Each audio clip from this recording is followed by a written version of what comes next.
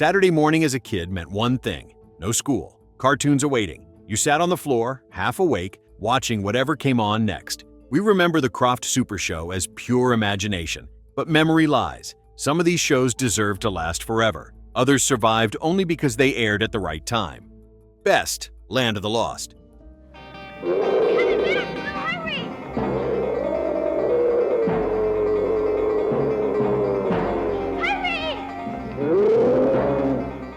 Land of the Lost felt serious in a quiet way. Thick jungle, dark caves, low music. Nothing rushed you. The show moved at its own pace and demanded you pay attention. That alone made it feel different from almost everything else around it. The story followed Rick Marshall, a father who carried responsibility in every moment. Rick watched his surroundings before acting. He thought things through. He spoke clearly and with purpose. When danger showed up, he did not freeze or overreact. He stepped forward and handled it. Because of him, scenes felt steady. Problems unfolded through planning, not panic, and that shaped the tone of the entire show. Will Marshall pushed the story forward in a different way. He was curious and restless. He touched things he should have avoided. He explored ruins and wandered into unsafe places. Most of the danger started with Will making a move. Dinosaurs appeared because Will crossed a line. Strange encounters happened because he wanted answers. His energy gave the show momentum. Holly Marshall balanced everything emotionally. She reacted quickly and authentically. Fear showed on her face when something went wrong, and relief showed just as clearly when things settled. Her reactions told you exactly how serious each moment was. The world itself felt heavy and believable.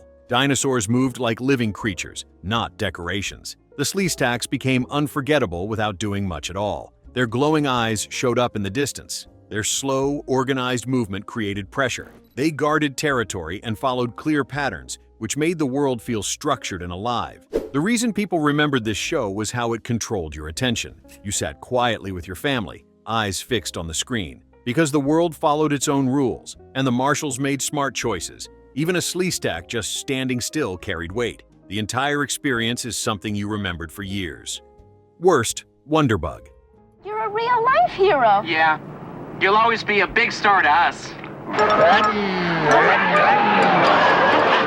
This show rested on a single surprise. A forgotten rusty car suddenly sprang to life and turned into a colorful, animated hero. That transformation always grabbed attention. As a kid, you watched closely every time it happened. The issue started right after that moment ended. The human cast featured Skip, Trish, and Mark. Skip brought confidence, Trish guided the group, and Mark added jokes and reactions. Their roles never changed. They never surprised you. You could predict how each one would respond before they spoke. Wonderbug himself pulled focus away from everyone else. The car showed emotion through bouncing, exaggerated movement, and sound effects. Those reactions replaced real interaction. Once Wonderbug transformed, problems solved themselves quickly. There was little buildup. Episodes followed a rigid loop. This same structure repeated again and again, which kept tension low because the outcome felt too predictable. The characters reacted to events instead of shaping them. As a child, the show felt easy to watch. Bright colors and constant movement filled the screen. Time passed without effort. Each episode ended cleanly. Very little lingered afterward. Scenes faded quickly and faces blended together. Wonderbug worked in short bursts, fun energy and movement. But once the transformation stopped being new, there was nothing left to hold on to. And this next one is where people disagree the most. Best: Sigmund and the Sea Monsters. Oh, that was a close one.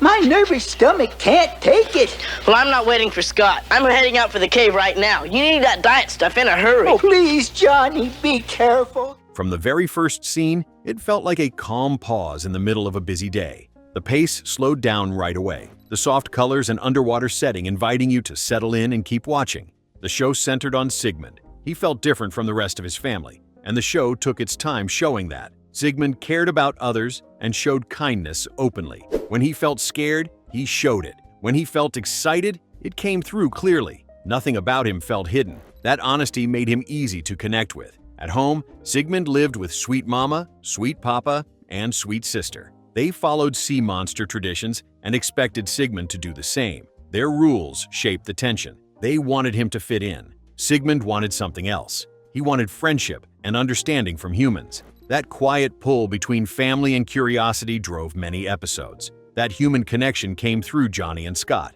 Johnny stayed calm and thoughtful. He spoke clearly and made decisions when things felt risky. Scott brought energy and loyalty. He reacted fast and kept close to Sigmund during close calls. Together, they protected Sigmund's secret and helped him move through problems without panic. Episodes often focused on misunderstandings, near discoveries, and family pressure. Someone came too close. A secret almost slipped. Feelings got hurt. Solutions came through trust and cooperation rather than force. Conversations and the silences mattered more than spectacle. People remember this show for its mood, not its plot. The experience mattered more than the events. You sat close to the screen. Sigmund stood out because emotion led the story. Kindness shaped his actions. Care for others guided decisions. That emotional focus created a bond that lasted long after the episodes ended. Worst, Dr. Shrinker. How did that old turkey get all those new feathers? Well, what have we here? Kahana's a tiny... Dr. Shrinker focused on one idea above all else: size. Dr. Shrinker towered over everyone on the island. His voice echoed. His presence filled the screen. That visual impact grabbed attention immediately. Opposing him were Brad, Billy, and Bambi, 3 kids trapped on the island. Brad focused on escape plans. Billy charged into danger. Bambi reacted with urgency. Their roles never changed. Their behavior repeated from episode to episode without shift. Each episode followed the same pattern. The captures happened early. Pursuits followed quickly. Escape attempts repeated. The island setting limited variation. Locations changed, but the rhythm stayed the same. Dr. Shrinker dominated scenes through scale rather than personality. Dialogue focused on commands, threats, and reactions. Emotional range stayed narrow. Situations reset often, which softened tension over time. You watched for spectacle. The size difference looked impressive. After several episodes, repetition became clear. Characters struggled to grow or surprise. Dr. Shrinker delivered visual presence, but character connection never caught up. Big scale can't replace growing characters. Do you agree with our list so far? Which Krofft Supershow did you love the most? Best, HR Pufnstuf. Gosh, man, we're prisoners. Well, Jimmy, at least we did get into the witch's At dungeon. least you didn't find Freddy thanks to you, Pufnstuf. Yeah, thanks, Mayor. Woo, it was hot under there.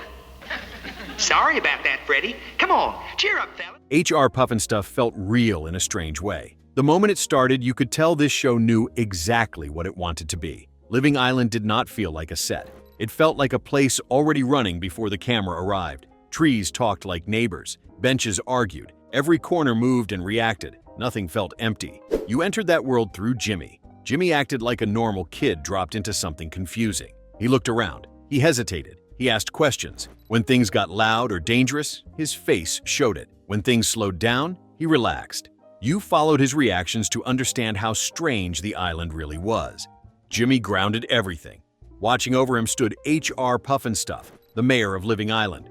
Pufnstuf stayed calm when everyone else made noise. He spoke slowly. He listened. He stepped in only when things turned serious. His size made him look powerful, but his tone made him feel safe. When Pufnstuf appeared, the chaos settled. That balance kept the show from spinning out of control. Then there was Witchy Poo, who pushed the show forward week after week. She wanted control, and she wanted Jimmy more than anything. Her plans came from frustration and obsession. She rushed. She overreacted. She made mistakes. That made her interesting to watch. Her broom, her voice, and her exaggerated movements stayed locked in memory. The supporting characters filled space without stealing focus. Clang banged around and argued. Louie added excitement and noise. Seymour reacted to everything. They talked over each other and filled scenes with movement. It felt crowded, but in a good way, like a busy town square. Jimmy handled problems the way a real kid would. He figured things out step by step, without big speeches or perfect answers. The show moved at a calm, steady pace that let you simply watch and stay present. Worst, Electra Woman and Dinah Girl. Electro Woman, what's happening? Look, Dinah girl, jump up. Laurie and Judy dare to face any criminal anywhere. Electro Woman and Dinah. They grabbed your attention right away, and you probably started crushing on them hard. Maybe you still do to this day. Flashy superhero outfits, loud, dramatic music, big, bold names. Everything about it suggested action and power before anything even happened. Electra Woman and Dinah Girl looked impressive, but their personalities stayed thin. They reacted to danger instead of driving the situation. A villain appeared, they showed up. A gadget solved the problem. The scene ended. That pattern repeated often. Villains appeared and disappeared quickly. Each arrived with a loud entrance and a simple plan. Confrontations were brief. Resolutions came fast. Very little buildup led into them. Once the fight ended, the episode moved on without leaving much behind. The show relied heavily on tools and visual effects. Gadgets solved problems. Transformations carried the tension. Action took the place of conversation. The connection between the two leads showed little depth. They worked together, but their connection never deepened through talk or conflict. You watched for the look more than the story. Bright costumes and fast action filled the screen.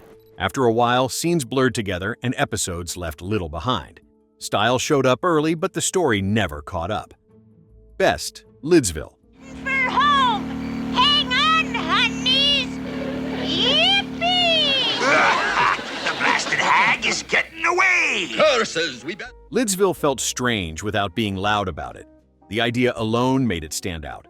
A whole world made from hats and lids. Tall hats, flat lids, moving faces, talking objects. You probably hadn't seen anything like it before, and the show did not rush to explain it. It just let you look around. The way in came through Mark, a regular kid who fell into Lidsville by accident. Mark stayed calm and observant. He watched first. He listened carefully. He spoke when it mattered. His goal stayed clear the entire time.